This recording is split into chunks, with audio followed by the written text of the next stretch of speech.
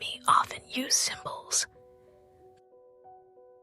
Glass was represented by an infinity sign lying down, with a cross descending from its center. The infinite nature of this material, which cannot be destroyed, carries the cross symbolizing its extreme fragility, a fragility sheltered in the infinite possibility of renewal, held by the systematic recycling that glass can undergo. The moon, also a symbolic element in alchemy, would take its phase depending on the task at hand. Silver, too, shared in the moon's symbolism. That day began with both glass and silver. I was never someone who paid much attention to details. In the rush of life, there was no room for them, and in the boredom of dead hours, vision becomes blurred, neglecting every possible detail. Until the fog cleared, allowing me to notice a web of coincidences. A morning of breaks, repeated instances of broken mirrors, near trash bins by doors, perhaps left waiting to be taken to their respective bins at a more convenient time, fragments of rearview mirrors shattered on the ground by tight corners, wall mirrors cracked above public bathroom sinks. Even in the garden, near a wooden bench, a broken and abandoned hand mirror. Nowadays, silver has been replaced as the reflective layer of mirrors, just like so many things have been substituted by cheaper, lower quality materials. Quality, still alive, but reduced to small quantities reserved for more privileged destinations. But what I really wanted to talk about was mirrors, and the coincidence of finding them broken in so many different places within such a short span of time. Another day like any other.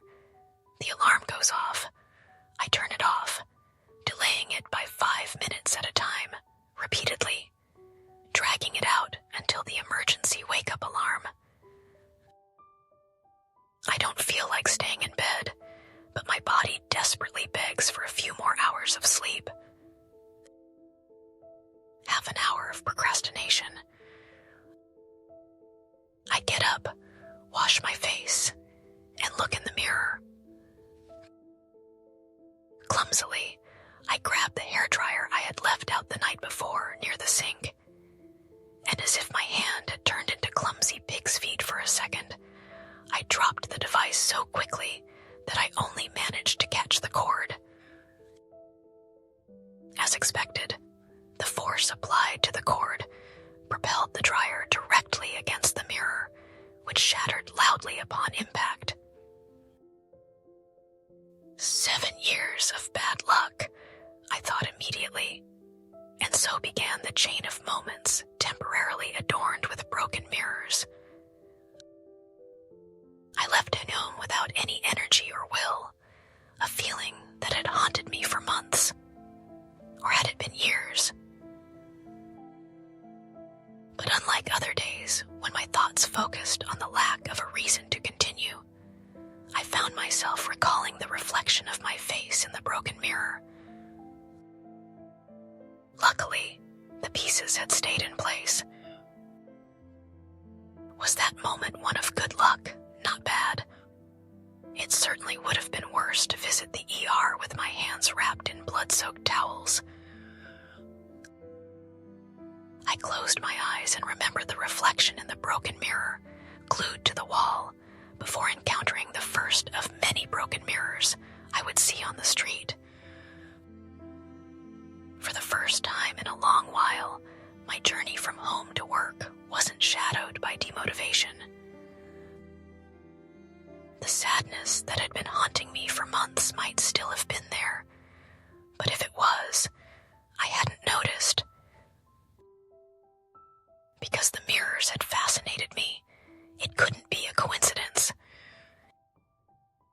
After passing a few broken reflective surfaces, I entered the metro bathroom and came out astonished. The chain had no experiencing this? Was it a sign? Was there some hidden meaning in it?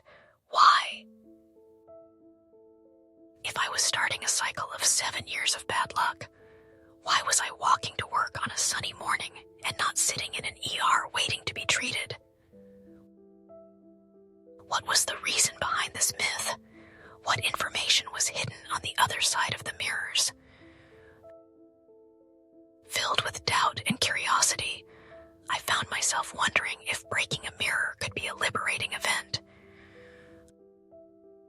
I just didn't know if all those mirrors had released some entity or energy, or if I myself was going through a process of deeper liberation. I rode the elevator to the 5th floor of the dull building where I spent my days.